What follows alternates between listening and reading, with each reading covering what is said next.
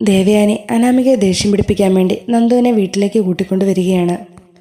ഇത് കണ്ട് ജാനകി ചോദിക്കുന്നുണ്ട്, ഏട്ടത്തി ഇത് എന്തു ഭാവിച്ചാ? എൻ്റെ അനാമിക മോൾ ഇവിടെ നിൽക്കുന്നത് കണ്ടില്ലേ? അവൾക്കിതൊന്നും ഇഷ്ടമില്ല എന്നറിയില്ലേ?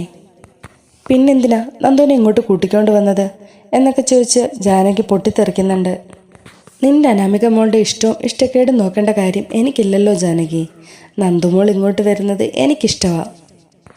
മോള് കയറി വാ, ആരെയും പേടിക്കേണ്ട കാര്യമൊന്നുമില്ല. വാ, ഞാൻ ചായ എടുക്കാം എന്ന് പറഞ്ഞ് ദേവയാനി നന്ദുവിനെയും കൂട്ടി അകത്തേക്ക് പോകുന്നുണ്ട്. ശേഷം നന്ദുവിനും അനിക്കും ചായ കൊണ്ട് കൊടുക്കുകയാണ്.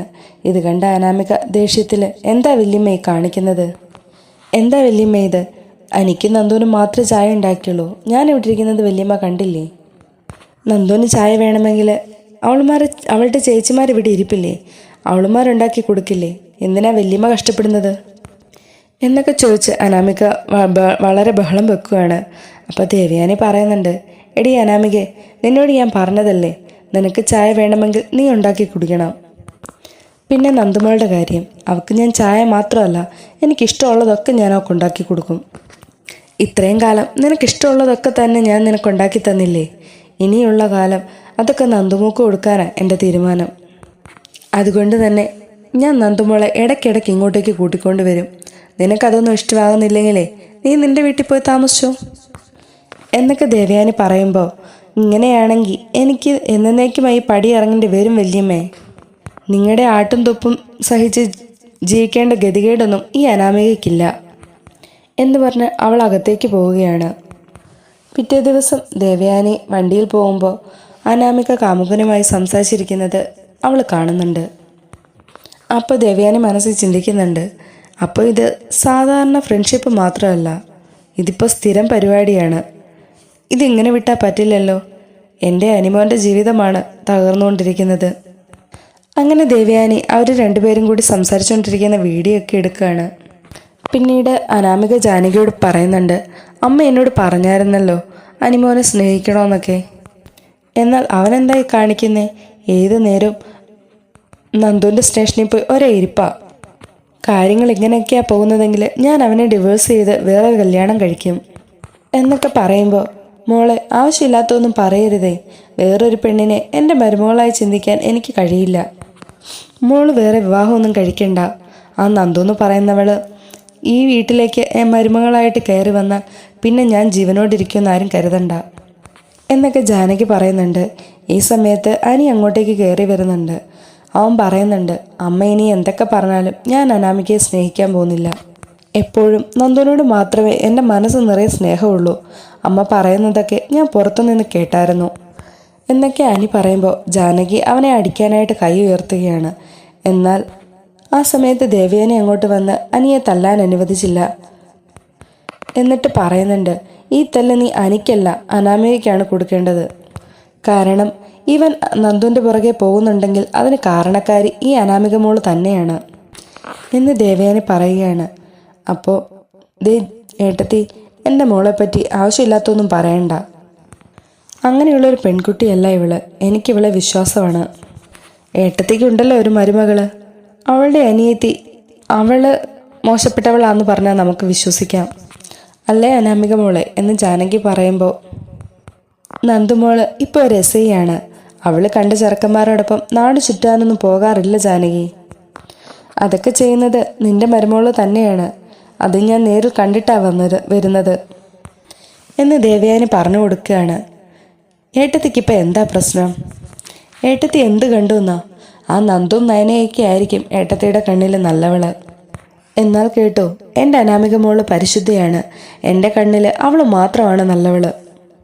ആ നയനയുണ്ടല്ലോ, അവളാ ഏട്ടത്തിയുടെ മനസ്സിൽ ഈ വിഷമൊക്കെ കുത്തിവെക്കുന്നത്. ഏട്ടത്തി പോയി അവളുടെ സ്വഭാവം നേരെയാക്കാൻ നോക്ക്. എന്നിട്ട് മതി എൻ്റെ മരുമകളുടെ കാര്യത്തിൽ ഇടപെടാൻ വരുന്നത് എന്ന് പറഞ്ഞ് ജാനകി ദേഷ്യപ്പെടുകയാണ്. ഈ വീട്ടിലുള്ള എല്ലാവരും എങ്ങോട്ടായി പോകുന്നത്?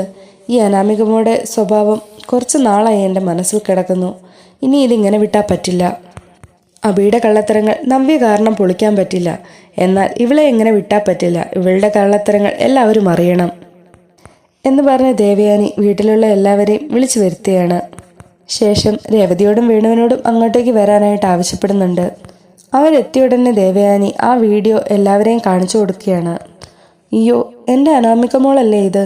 കൂടെ ആരാ വേറൊരു ചെറുക്കൻ എന്ന് ജാനകി ചോദിക്കുമ്പോൾ അത് വേറെ ആരുമല്ല, മോടെ കൂട്ടുകാരനാ എന്ന് രേവതി മറുപടി കൊടുക്കുകയാണ്. ഇത് കണ്ടിട്ട് ഇത് വെറും ഒരു കൂട്ടുകാരനാണെന്ന് ഞങ്ങൾക്കാർക്കും തോന്നുന്നില്ല രേവതി. അനാമിക മോളെ, സത്യം പറ, ഇതാരാ? എന്താ ഇവനുമായിട്ടുള്ള ബന്ധം?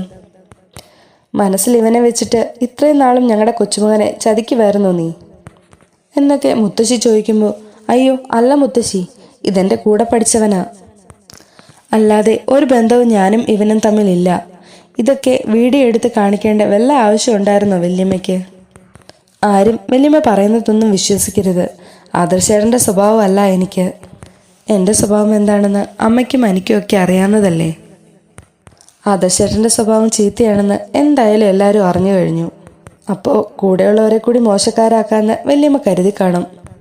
അങ്ങനെ കാണിച്ച് വല്യമ്മ സമാധാനം കണ്ടെത്തുക എന്നൊക്കെ പറയുകയാണ് അനാമിക. നിർത്തടി, എൻ്റെ മോൻ്റെ സ്വഭാവ ഗുണത്തെപ്പറ്റി പറയാൻ നിനക്ക് എന്താണ് അവകാശം? അവൻ്റെ സ്വഭാവവും മനസ്സും എന്താണെന്ന് ഈ വീട്ടിലുള്ള എല്ലാവർക്കും അറിയാം. അത് മനസ്സിലാകാത്ത ചിലരെ ഇവിടെ ഇനി ബാക്കിയുള്ളൂ. പിന്നെ നിന്റെ സ്വഭാവം എന്താണെന്ന് എല്ലാവരെയും അറിയിക്കാൻ തന്നെയാണ് എൻ്റെ തീരുമാനം. കാരണം എൻ്റെ മോൻ തന്നെയാണ് അനി. അവൻ്റെ ജീവിതം ഇനി നിന്റെ കയ്യിൽ പന്താടാൻ ഞാൻ അനുവദിക്കില്ലടി എന്നിങ്ങനെ ദേവയാനി പറയുമ്പോൾ, ഇപ്പോഴെങ്കിലും വല്യമ്മയ്ക്ക് നല്ല ബുദ്ധി തോന്നിയല്ലോ. അല്ലെങ്കിൽ തന്നെ ഈ അനാമിക കാരണം ഒരുപാട് അനുഭവിച്ച ഞാൻ. എനിക്ക് ഉടനെ ശാപമോഷം കിട്ടുമല്ലോ എന്നിങ്ങനെ പറയുകയാണ് അനി. ആ വീഡിയോ കണ്ട് മുത്തശ്ശൻ ചോദിക്കുന്നുണ്ട്, ആരാ അനാമിക മോളെ ഇത്? അവൻ്റെ കൂടെ നീ എന്തിനെങ്ങനെ കറങ്ങാൻ പോകുന്നത്? നിന്റെ ഭർത്താവ് അനിയല്ലേ? നിനക്ക് തോന്നുന്നത് പോലെ ഈ കറക്കമൊന്നും ഇവിടെ പറ്റില്ല. എന്താ വേണോ നീ ഒന്നും മിണ്ടാതെ നിൽക്കുന്നേ? നിങ്ങളുടെ മോളുടെ മനസ്സിൽ ഇവനായിരുന്നുവെങ്കിൽ എന്തിനാ എൻ്റെ മകൻ്റെ ജീവിതം ഇങ്ങനെ നശിപ്പിക്കുന്നേ? അനാമിക മോളെന്താ ഒന്നും മിണ്ടാത്തേ എന്നൊക്കെ ഇങ്ങനെ മുത്തശ്ശൻ ചോദിക്കുകയാണ്. അയ്യോ മൂർത്തി സാറേ, ദേവയാനി ചേച്ചി ഇതൊക്കെ വെറുതെ പറയുന്നതാ. ആ നയനയുടെ അനിയത്തി നന്ദു ഇപ്പം SI ആണല്ലോ. അവളെക്കൊണ്ട് അനിയെ വിവാഹം കഴിപ്പിക്കാൻ വേണ്ടിയാണ് ഇപ്പം ദേവയാനി ചേച്ചി ഇങ്ങനെയൊക്കെ പറയുന്നത്. എൻ്റെ മോളെ എങ്ങനെയെങ്കിലും കരിവാരിത്തേക്കണം. അതിനുവേണ്ടി ദേവയാനി ചേച്ചി കണ്ടെത്തിയ മാർഗമാണ് ഈ വീഡിയോ പിടുത്തം. എൻ്റെ മകൾക്ക് കാമുകനുണ്ടെന്നറിഞ്ഞാൽ മൂർത്തി സാറും ഈ ജാനകിയൊക്കെ അവരുടെ കൂടെ നിന്നോളുമല്ലോ.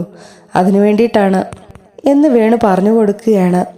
എനിക്ക് കള്ളം പറഞ്ഞ് അനാമിക മോളെ ഒഴിവാക്കേണ്ട കാര്യമൊന്നുമില്ല വേണു. അനാമികയുടെ കൂടെ ജ്യൂസ് കുടിച്ചുകൊണ്ടിരിക്കുന്ന ഈ പയ്യനുണ്ടല്ലോ, ഞാൻ അവനെ ഫോളോ ചെയ്ത് അവൻ്റെ വീട് വരെ കണ്ടുപിടിച്ചു. അവനെ കൊണ്ട് തന്നെ സത്യങ്ങളൊക്കെ പറയിപ്പിച്ചു. മോനെ ആദർശേ, നീ അവനെ ഇങ്ങ് കൂട്ടിക്കൊണ്ടുവാ.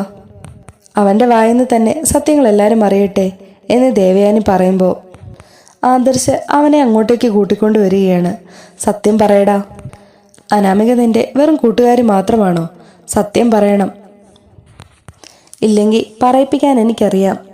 ഇവിടുത്തെ SIയെ നയനയുടെ അനിയത്തിയ നന്ദു. നീ സത്യം പറഞ്ഞാൽ നിന്നെ ഞങ്ങൾ വെറുതെ വിടാം എന്നൊക്കെ പറഞ്ഞ് ആദർശ് അവനെ ഭീഷണിപ്പെടുത്തുകയാണ്. അയ്യോ സാറേ, അതൊന്നും വേണ്ട, ഞാൻ സത്യം പറഞ്ഞോളാം. അനാമിക എൻ്റെ ഫ്രണ്ട് മാത്രമല്ല, ഞാൻ പ്രണയിക്കുന്ന പെണ്ണുകൂടിയാണ് അനാമിക. ഞങ്ങൾ തമ്മിൽ വർഷങ്ങളായി പ്രണയത്തിലായിരുന്നു. വിവാഹമൊക്കെ ഉറപ്പിച്ചതാ. ആ സമയത്താണ് അനാമികയുടെ അച്ഛന് വലിയൊരു കടം കയറി സാമ്പത്തിക ബാധ്യതയൊക്കെ ഉണ്ടായത്. ആ കടങ്ങളൊക്കെ വീട്ടാൻ വേണ്ടിയിട്ടാണ് അനാമികയെ കൊണ്ട് അനിയെ വിവാഹം കഴിപ്പിച്ചത്. അവളുടെ മനസ്സിൽ ഇപ്പോഴും ഞാൻ തന്നെയാണ്. ഈ തറവാട്ടിലെ പണം അടിച്ചു മാറ്റി അനിയെ ഡിവോഴ്സ് ചെയ്ത് എന്നെ വിവാഹം കഴിക്കാമെന്ന് അവൾ വാക്ക് തന്നിട്ടുണ്ട് എന്നൊക്കെ അവൻ പറയുകയാണ്. ഇതൊക്കെ കേട്ട് ജാനകി അങ്ങ് വല്ലാതാവുന്നുണ്ട്. എനിക്കിതൊന്നും വിശ്വസിക്കാൻ പറ്റുന്നില്ല ഏട്ടത്തി. ഇത്രയും നാളും മനസ്സിൽ കൊണ്ടു നടന്ന മരുമകളാണ് അവൾ. അവൾ എന്നെ ഇങ്ങനെ ചതിക്കുമെന്ന് ഞാൻ കരുതിയില്ല. എൻ്റെ മകൻ്റെ ഭാര്യയായിട്ടല്ല, എനിക്ക് പിറക്കാതെ പോയ എൻ്റെ മകളായിട്ടാണ് ഞാൻ ഇതുവരെ അവളെ സ്നേഹിച്ചത് എന്നൊക്കെ പറഞ്ഞ് ജാനകി അവിടെ തളർന്നു കിടക്കുകയാണ്. അപ്പോഴേക്കും ജലജ വന്നിട്ട് അവരെ താങ്ങി പിടിച്ചു കൊണ്ടുപോകുന്നുണ്ട്. മുത്തശ്ശൻ വന്ന് വേണുവിനെ മുഖത്തൊരടി കൊടുക്കുന്നുണ്ട്. നീ നശിപ്പിച്ചത് എൻ്റെ കൊച്ചുമോൻ്റെ ജീവിതമാണ്. ഇത്രയും കാലം നീ ഞങ്ങളെ വിഡ്ഢിയാക്കിക്കൊണ്ടിരുന്നല്ലേടാ. ഇനി മൂർത്തി ആരാണെന്ന് നിങ്ങൾ അറിയാൻ പോകുന്നതേ ഉള്ളൂ എന്നൊക്കെ പറഞ്ഞ് മുത്തശ്ശൻ ദേഷ്യപ്പെടുകയാണ്. അപ്പം നയന വന്ന്, ഇനി നമ്മൾ എന്ത് ചെയ്യും അമ്മേ? അനാമികയെ അനിയുടെ ജീവിതത്തിൽ നിന്ന് ഒഴിവാക്കിയ നമ്മുടെ മുത്തശ്ശൻ്റെ അഭിമാനമല്ല ഇല്ലാതാകുന്നേ എന്ന് ചോദിക്കുമ്പോൾ അതൊന്നും ഇനി പറഞ്ഞിട്ട് കാര്യമില്ല നയനമോളെ. അനിയുടെ ജീവിതമാണ് എനിക്കിപ്പോൾ ഇമ്പോർട്ടൻ്റ്.